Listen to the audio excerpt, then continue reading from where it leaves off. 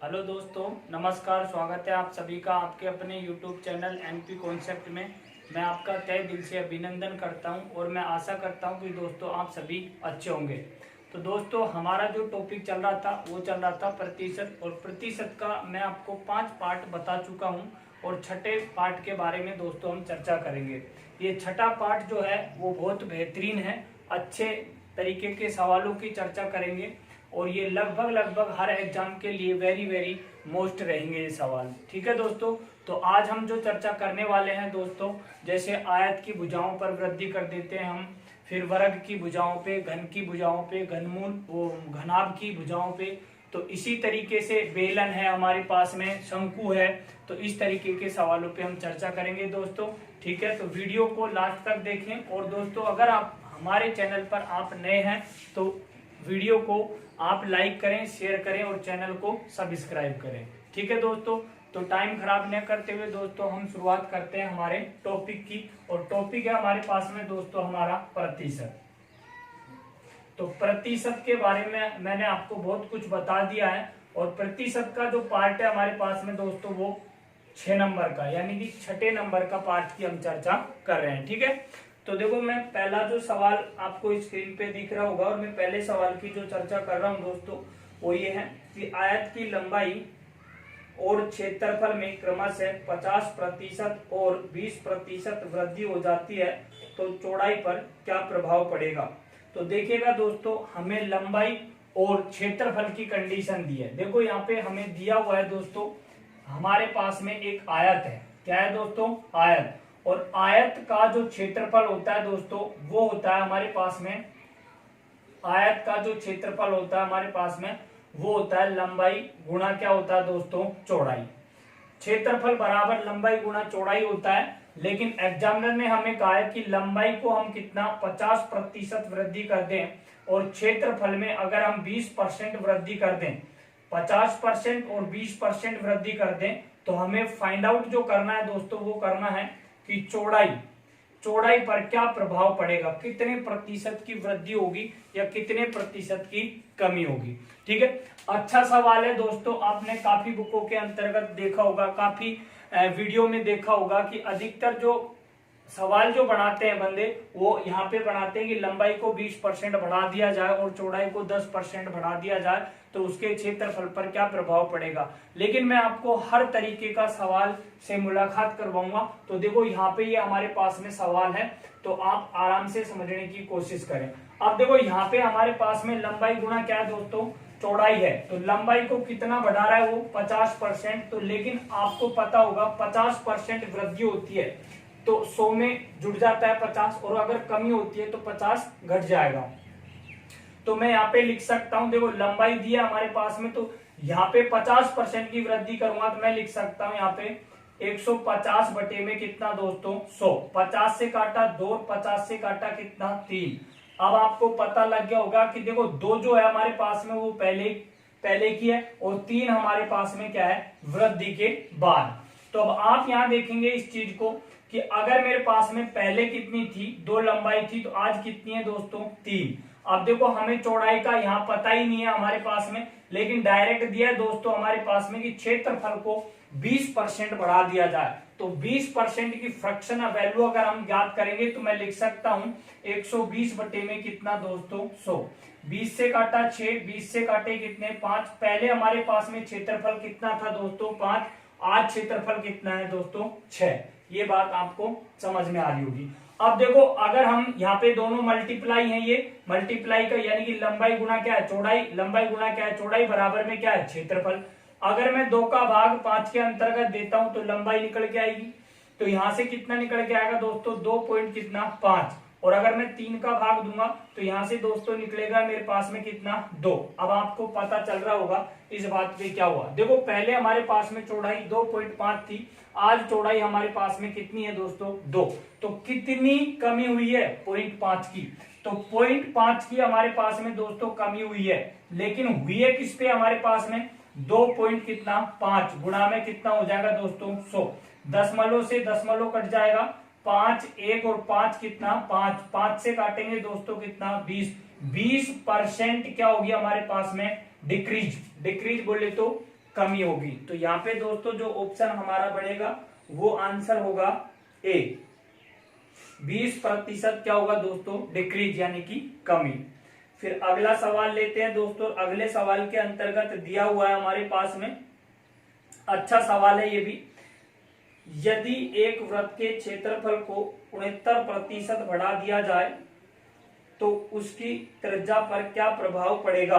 एक जो वृत्त है और वृत्त का जो क्षेत्रफल है वो कितना बढ़ाना है दोस्तों, हमें 69%। अब देखो आप बात को समझने की कोशिश करना। फिर वो बंदा ये कह रहा है हमारे पास में कि उसकी त्रिज्या पर क्या प्रभाव पड़ेगा। तो अब आप यहाँ देखिए कि वृत्त जो है हमारे पास में, तो वृत्त का जो क्षेत्रफल होता है दोस्तों, वृत्त का जो क्षेत्रफल होता है वो होता है हमारे पास में पाई आर स्क्वायर। क्या होता है, पाई आर स्क्वायर। अब देखो यहाँ पे हमारे पास में पाई पाई कॉमन होगा, मतलब पाई तो पहले भी था और पाई अब भी है, तो पाई पाई से क्या हो जाएगा, कट जाएगा। तो यहाँ से पाई हमारे पास में ये कट गया, तो यहाँ पे क्या हुआ दोस्तों हमारे पास में आर। तो देखो मैं यहाँ पे लिख सकता हूं कि भाई आर स्क्वायर बराबर में कितना है हमारे पास में दोस्तों, आर बराबर में हमारे पास में 69% वृद्धि। तो मेरे पास में मैं लिख सकता हूं दोस्तों 169 बटे में कितना हो जाएगा हमारे पास में 100। तो देखो ये अगर स्क्वायर इधर जाएगा तो आर बराबर में हो जाएगा दोस्तों रूट कितना, 169 बटे में कितना होगा 100। अब अगर रूट हटाता हूं मैं इनके पास से तो क्या होगा हमारे पास में 13 बटे में कितना होगा दोस्तों 10। ये बात आपको समझ में आ रही होगी। अब आप यहाँ देखो वो बंदा ये कह रहा है हमारे पास में कि त्रिज्या पर क्या प्रभाव पड़ेगा। तो पहले त्रिज्या हमारे पास में कितनी थी दोस्तों 10, आज त्रिज्या हमारे पास में कितनी है 13। तो कितने वृद्धि हुई है, वृद्धि कितनी हुई है 3 बटे में किस पे हुई है 10 से बढ़कर कितनी होगी हमारे पास में 13। तो 10 गुणा में कितना होगा 100, 10 1 10 से कितना 10, 10 गुणा 3 बराबर में कितना 30% की त्रिज्या पर क्या होगी दोस्तों वृद्धि। ठीक है, ये बात आपको समझ में आई होगी दोस्तों। तो यहां से जो हमारे पास में जो ऑप्शन बनेगा दोस्तों वो बनेगा हमारे पास में बी, यानी कि 30% इंक्रीज। इंक्रीज का मतलब होता है दोस्तों वृद्धि या बढ़ोतरी। दोस्तों अगले सवाल की हम चर्चा कर रहे हैं और अगले सवाल भी बहुत अच्छा है, तो देखिएगा दोस्तों। अगले सवाल के अंतर्गत हमारे पास में दिया हुआ है आयत के परिमाप में 15% वृद्धि होने पर क्षेत्रफल पर क्या प्रभाव पड़ेगा। आयत के परिमाप में कितनी वृद्धि करेंगे दोस्तों 15%। तो देखो यहाँ पे आयत का परिमाप और आयत का जो परिमाप होता है वो होता है 2 कोष्टक में L प्लस में B, या फिर लिख सकता हूं चौड़ाई B बराबर में, यहां से हो गया हमारे पास में, लेकिन 15% क्या हो रही है उस पे दोस्तों वृद्धि हो रही है। तो क्षेत्रफल की बात की है दोस्तों, किसकी बात की है क्षेत्रफल की। तो क्षेत्रफल क्या होता है दोस्तों L गुणा में क्या होता है B।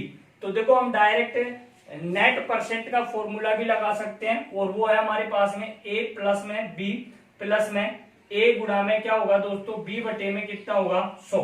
तो देखो यहाँ पे क्या होगा 15 प्लस में कितना होगा 15 प्लस में यहाँ पे 15 गुणा में कितना होगा 15 बटे में कितना होगा 100। तो देखो यहाँ पे क्या होगा 15 15 कितना होगा 30। अगर 15 गुणा 15 करता हूं तो 225, 225 में अगर दोस्तों 100 का भाग देंगे तो वो होगा 2 पॉइंट कितना 25। तो यहाँ से क्या होगा दोस्तों, यहाँ पे हमारे पास में 2 पॉइंट कितना 25 बराबर में लिख सकता हूं मैं 32 पॉइंट कितना 25 आंसर होगा हमारे पास में। क्षेत्रफल में जो वृद्धि होगी दोस्तों वो कितनी होगी 32 पॉइंट कितना 25। ये बात आपको समझ में आई होगी।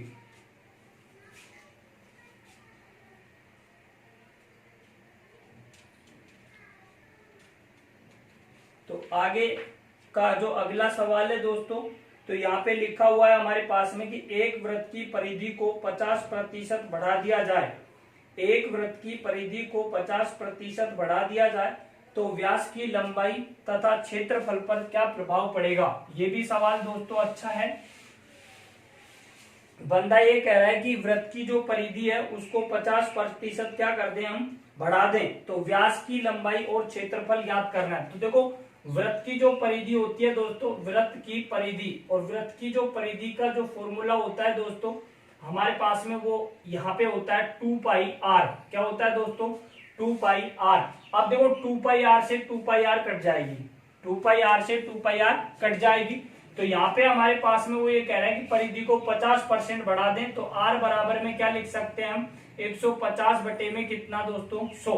50 से कितना 3, 50 से कितना हो गया दोस्तों 2। पहले त्रिज्या 2 थी, आज त्रिज्या कितनी है दोस्तों हमारे पास में 3।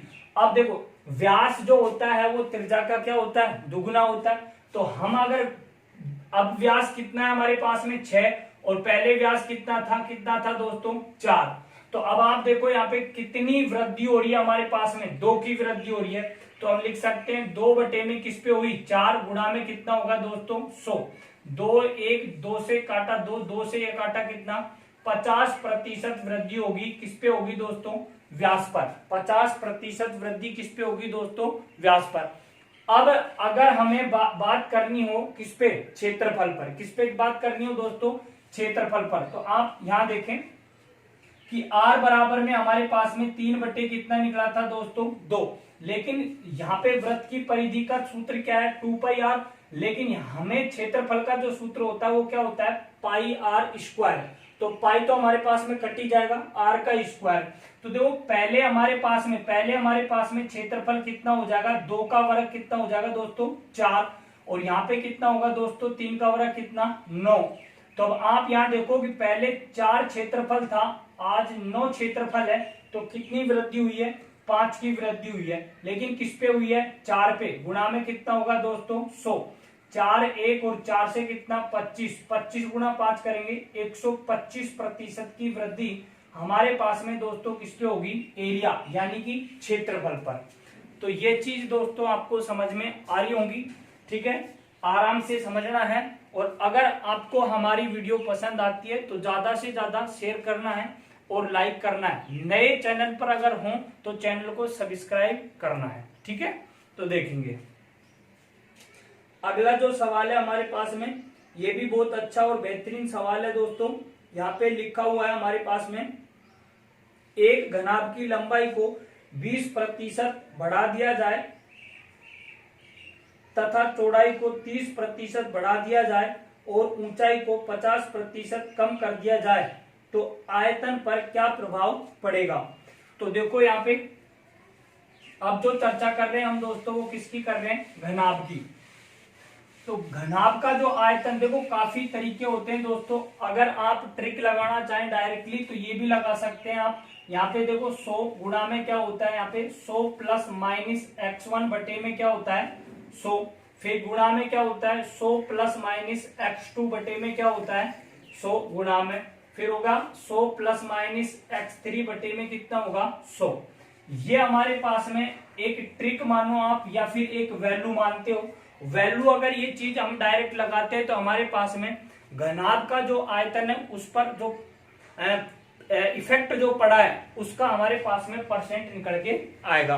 तो अब आप यहाँ देखेंगे कि हमारे पास में उसने लंबाई में 50% वृद्धि की है और चौड़ाई में, सॉरी, घनाभ की जो लंबाई है उसमें 30% वृद्धि,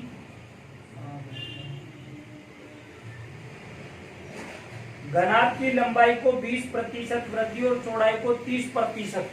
तो देखो 20 तो लंबाई और 30% चौड़ाई और 50% ऊंचाई पर ये कमी है, ये वृद्धि है, और ये भी क्या है हमारे पास में वृद्धि। अब आप बात देखेंगे कि हमारे पास में यहाँ पे कितना दे रखा है 100 ले रखा है, माना कितना था 100। तो ये कितना होगा दोस्तों 100 गुणा में, अगर वृद्धि है तो ये जुड़ जाएगा और अगर कमी है तो ये घट जाएगा। तो क्या होगा 120 बटे में कितना होगा 100 गुणा में। फिर यहाँ से होगा 130 बटे में कितना होगा 100, फिर गुणा में। अब 50% की कमी है तो कितना होगा 50 बटे में कितना 100। अब देखो 50 1 और 50 कितना 2, फिर 0 से ये 0 कट ही गया, 20 से काटे 6, 20 से काटे कितना हमने 5। अब 1 0 से ये 1 0, 5 से कितना हो गया 2। अब देखो 2 गुणा में कितना 6 गुणा में कितना हो गया दोस्तों हमारे पास में 13।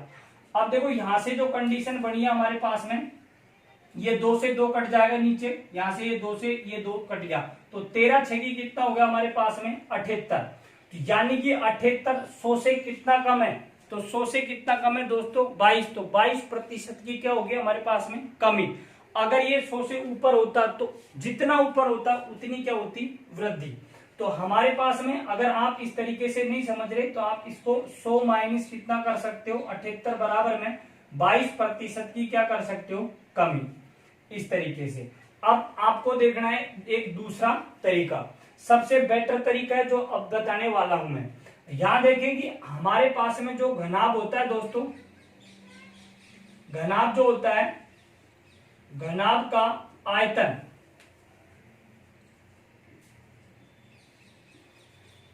आयतन बराबर होता है L गुणा B गुणा क्या होता है H। घनाभ का आयतन जो होता है वो क्या होता है लंबाई गुणा चौड़ाई गुणा ऊंचाई। तो अब आप यहां देखें कि लंबाई में कितने प्रतिशत वृद्धि की है उसने 20%, तो 20 की फ्रैक्शन वैल्यू कितनी होगी 6/5। तो पहले लंबाई 5 थी तो आज कितनी होगी दोस्तों 6। फिर हमारे पास में B यानी कि कितना है 30% वृद्धि कर रहा है, तो 30% की फ्रैक्शन वैल्यू निकालेंगे तो निकलेगी 13 में कितना 10। तो पहले 10 थी लंबाई, आज कितनी है 13। चौड़ाई हमारे पास में दो, ऊंचाई जो दे रखी है वो 50% कमी दे रखी है। तो पहले हमारे पास में कितनी थी दोस्तों 50, पहले हमारे पास में 2 थी और आज कितनी है 1, तो 2 अनुपात कितना 1। अब देखो 2 गुणा में कितना करेंगे हम 10, तो कितना होगा 20, 20 पंजो कितना होगा हमारे पास में 100, और यहां से 13 छकी कितना होगा 78। अब आप यहां देखो कि पहले हमारे पास में जो क्षेत्रफल था वो कितना था 100, आज क्षेत्रफल कितना है 78। तो कितनी कमी हुई है दोस्तों 22% की क्या हुई है दोस्तों हमारे पास में कमी हुई है। ठीक है, इसी तरीके से नेक्स्ट सवाल की हम चर्चा करेंगे, देखते रहिएगा।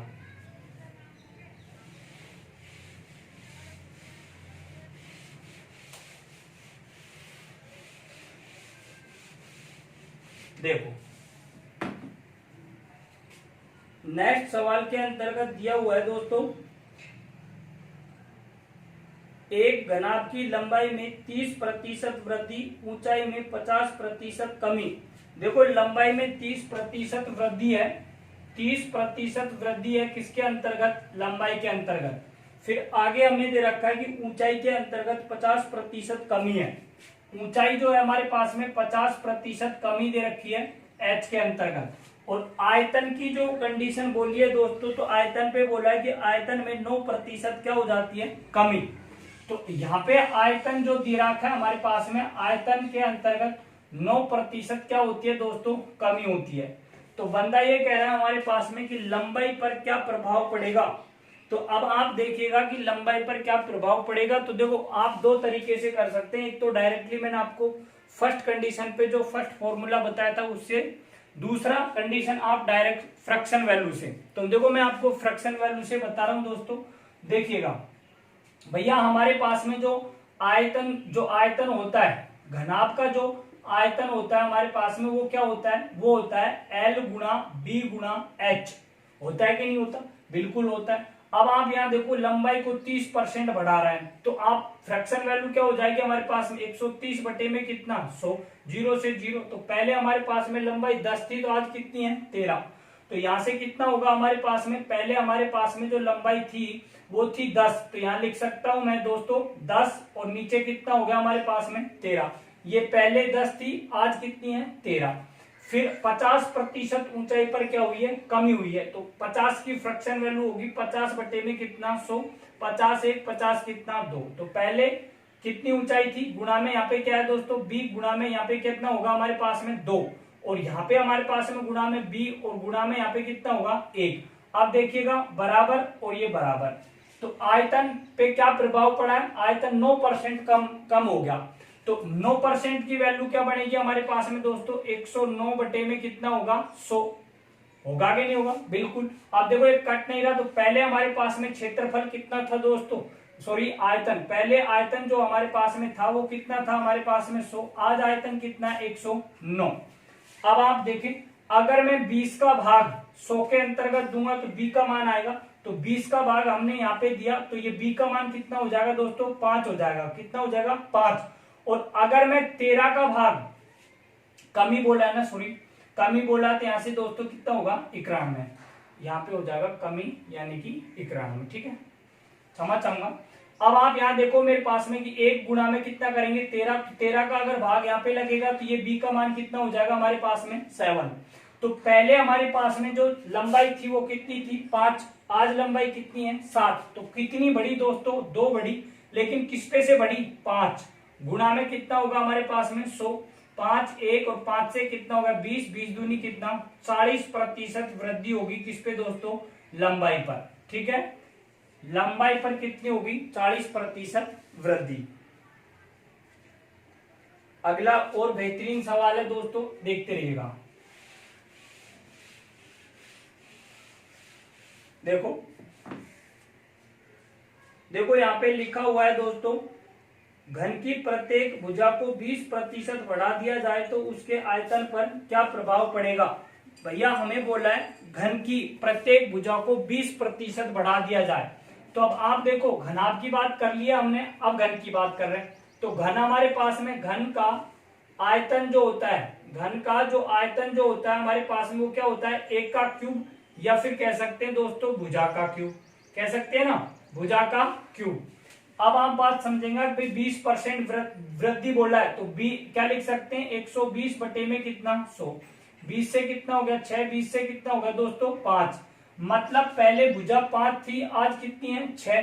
और आयतन कितना होता है हमारे पास में घनाभ का, घन का आयतन कितना होता है 1 का क्यूब होता है। तो अब आप डायरेक्ट लगा सकते हैं कि 5 का क्यूब और यहाँ पे क्या हो जाएगा 6 का क्यूब। भैया पहले हमारे पास में जो आयतन था घन का वो क्या था 5 का क्यूब, आज आयतन कितना है 6 का क्यूब। अगर मैं 5 को करूं तो क्या होगा 125 होगा कि नहीं होगा, बिल्कुल। और अगर मैं 6 को काटूं दोस्तों तो ये कंडीशन बनेगी मेरे पास में कितना 216। कितनी बनेगी दोस्तों 216। अब आप यहां देखेंगे कि ये मेरे पास में कितनी बढ़ी हुई है, कितनी बढ़ी हुई है। तो देखो 75 और 16 कितने हो जाएंगे हमारे पास में 80, 91 बढ़ी, लेकिन किस पे से बढ़ी 125 पे बढ़ी। गुणा में कितना होगा दोस्तों 100। अगर मैं 5 से काटता हूं इसको, 25 से काटा कितना 5 और 25 से काटा कितना दोस्तों 4। 4 गुणा 91 करेंगे, 4 एकम 4, 3 कितना होगा 36, यानी कि 364 बटे में कितना होगा दोस्तों 5। 5 7 कितना 35, 1 बच गया, 5 दूनी कितना 10, 5 8 कितना होगा 40।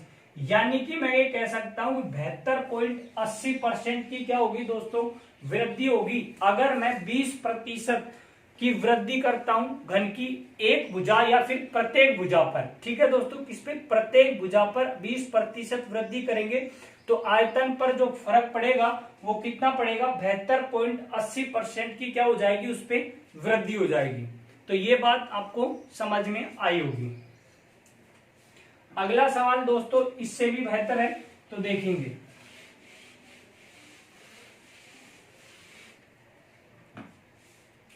अगले सवाल के अंतर्गत दिया हुआ है दोस्तों, घन के आयतन को 33.1% बढ़ा दिया जाए तो उसकी प्रत्येक भुजा पर क्या प्रभाव पड़ेगा। देखो दिया हुआ है दोस्तों कि घन का आयतन जो है हमारे पास में वो हम 33.1 की क्या करते हैं दोस्तों वृद्धि। तो बोला है बंदा कि प्रत्येक भुजा पर कितने प्रतिशत की वृद्धि होगी। तो अब आप ये देखिएगा कि 33 की वृद्धि करवा रहा है 33.1 की, तो मैं डायरेक्ट लिख सकता हूं भाई फ्रैक्शन वैल्यू, यानी कि मैं लिख सकता हूं 133.1 बटे में कितना हो जाएगा 100। अब ये पॉइंट हटेगा तो यहाँ पे कितना हो गया हमारे पास में 1000, लेकिन ये किसके बराबर होगा हमारे पास में 1 का क्यूब के बराबर होगा, क्योंकि घन जो होता है उसका जो आयतन होता है वो क्या होता है 1 का क्यूब होता है दोस्तों। तो अब आप यहाँ देखो ये क्यूब इधर जाएगा तो मैं लिख सकता हूं डायरेक्टली क्या a बराबर में कितना लिख सकता हूं, देखो 1331 किसका बनेगा 11 का, और 1000 का क्यूब निकालेंगे तो ये कितना हो जाएगा 10। तो पहले भुजा कितनी थी 10 और आज कितनी है 11। तो भैया हमारे पास में कितनी बढ़ी 1 बढ़ी, किस पे बढ़ी 10 पे बढ़ी, गुणा में कितना 100। 10 1 और 10 कितना होगा 10% की वृद्धि होगी प्रत्येक भुजा के अंतर्गत। मैं आशा करता हूं कि दोस्तों ये चीज आपको समझ में आई होगी। तो यहाँ पे जो हमारे पास में ऑप्शन होगा वो 10% क्या होगी वृद्धि। अगला सवाल देखेंगे दोस्तों। अगला सवाल बहुत अच्छा और वेरी वेरी मोस्ट इंपोर्टेंट है दोस्तों। तो यहाँ पे देखेंगे, यहाँ पे लिखा हुआ है कि घनाभ की लंबाई एक सेकंड मिटा देता हूं इसको। देखो, आप कितनी भी डिफिकल्ट या फिर इजी परसेंट ले सकते हैं अगर आपको ये चीजें आती हैं। फ्रैक्शन वैल्यू मैंने आपको बहुत काफी अच्छे तरीके से बताई है और काफी मतलब 4-5 पार्ट डाल चुका हूं मैं, तो आप पिछली वीडियो देखें अगर आपको थोड़ी बहुत दिक्कत है तो, बाकी दिक्कत आनी नहीं चाहिए। अब आप यहां देखेंगे कि लिखा हुआ है हमारे पास में कि घनाभ की लंबाई 12.5%। घनाभ की लंबाई जो है वो 12.5 सही 1/2%, और जो चौड़ाई है वो 11 सही 1/9%, और जो ऊंचाई है, ऊंचाई जो है दोस्तों वो दे रखी है हमारे पास में 16 सही 2/3% की वृद्धि कर दी जाए तो आयतन पर क्या प्रभाव पड़ेगा। 16 सही 2/3% वृद्धि, और यहाँ पे भी वृद्धि और यहाँ पे भी दोस्तों वृद्धि। घनाभ की चर्चा कर रहा है तो आयतन पर क्या प्रभाव पड़ेगा। अगर हम मैंने आपको डायरेक्टली वो सूत्र बताया उस पर अगर हम जमाने लग गए तो काफी टाइम लगेगा, कैलकुलेशन बहुत डिफिकल्ट होगी। आप फ्रैक्शन वैल्यू देखिएगा। देखो दोस्तों, आप यहाँ देखेंगे कि यहाँ 12.5% जो है उसकी फ्रैक्शन जो वैल्यू होती है हमारे पास में, वो हम लिख सकते हैं 1/8। मतलब पहले 8 थी, 1 की क्या होगी वृद्धि, तो मैं लिख सकता हूं 9/8। 11 सही 1/9, तो 11 सही 1/9 की फ्रैक्शन जो वैल्यू होती है दोस्तों हमारे पास में वो होती है 1/9, तो मैं डायरेक्ट लिख सकता हूं 10/9 दोस्तों 9। 16 सही 2/3 की फ्रैक्शन वैल्यू होती है 1/6, तो बराबर में यहां लिख सकता हूं 7/6। ये चीज आपको समझ में आ रही होगी। अब आप ये देखो, पहले लंबाई 8 थी, तो फिर भैया चौड़ाई कितनी थी, गुणा में कितना 9 और गुणा में कितना हो गया 6। ये हमारे पास में पहले की है दोस्तों। हर जो होता है वो पहले को प्रेरित करता है।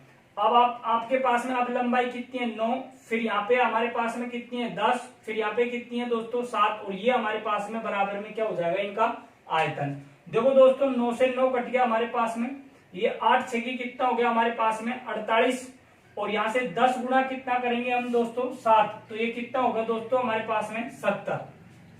बात समझ में आ रही होगी। अब आप यहां देखेंगे कि हमारे पास में पहले हमारे पास में 48 था, तो आज कितना हो गया दोस्तों 70 हो गया। तो कितनी वृद्धि हुई है 22 की जो वृद्धि हुई है दोस्तों वो कितने पे हुई है 48 गुना में कितना होगा हमारे पास में 100। अब देखो 4 से काटेंगे 4 1 और 4 कितना हो जाएगा हमारे पास में 2, 4 से काटेंगे कितना होगा 25, 25 दूनी 50, फिर 5 बच गए, 25 दूनी 50 और 5 कितने हो गए दोस्तों 55, बटे में कितना होगा दोस्तों 12। ये चीज आपको समझ में आ रही है। या तो आपको डायरेक्टली मिले इस तरीके से, या फिर देखो भाग दे लो, यहाँ से भाग देंगे तो 12 चौको कितना होगा दोस्तों 48। ठीक है, अब हमारे पास में कितना बच गया 7, तो कितने होंगे 70 हो गया हमारे पास में। ठीक है, उसके बाद में 70 हो गया, 12 पंजो कितना हो गया हमारे पास में 60, बटे में ऊपर कितना बच गया 10, बटे में कितना 12। अब हम 2 से काटेंगे तो कितना होगा 5, और 2 से काटे कितना हो गया 6। तो मैं बोल सकता हूं 45 सही 5/6% की क्या होगी दोस्तों वृद्धि, यानी कि इंक्रीज होगा। तो यहां से जो ऑप्शन होगा हमारे पास में दोस्तों वो ए सही होगा। और अब हम लेते हैं अगला सवाल। ठीक है, अगले सवाल के अंतर्गत दिया हुआ है दोस्तों,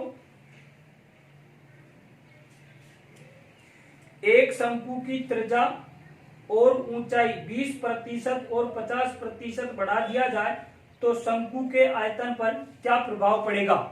ये सवाल भी अच्छा है। तो देखो, शंकु का जो आयतन होता है दोस्तों वो क्या होता है, पहले आपको ये समझना है कि भाई शंकु जो होता है हमारे पास में उसका जो आयतन होता है वो क्या होता है। तो उसका जो आयतन होता है दोस्तों वो होता है हमारे पास में 1/3 पाई r² h। ये होता है दोस्तों हमारे पास में शंकु का आयतन, शंकु का आयतन। ठीक है, 1/3 पाई r² h। अब देखो 1/3 पाई तो हमारे पास में कॉमन है, कोई दिक्कत नहीं है। अब आगे देखिएगा, आगे दे रखा है कि भाई त्रिज्या को 20% वृद्धि और ऊंचाई को 50%।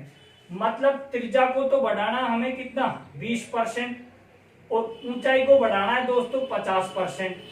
तो फिर आयतन पर क्या प्रभाव पड़ेगा।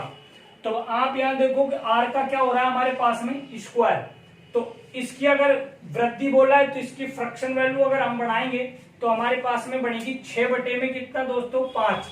और ये हमारे पास में वृद्धि है, इसकी बनेगी 3 बटे में कितना 2। ये बात आपको समझ में आ रही होगी।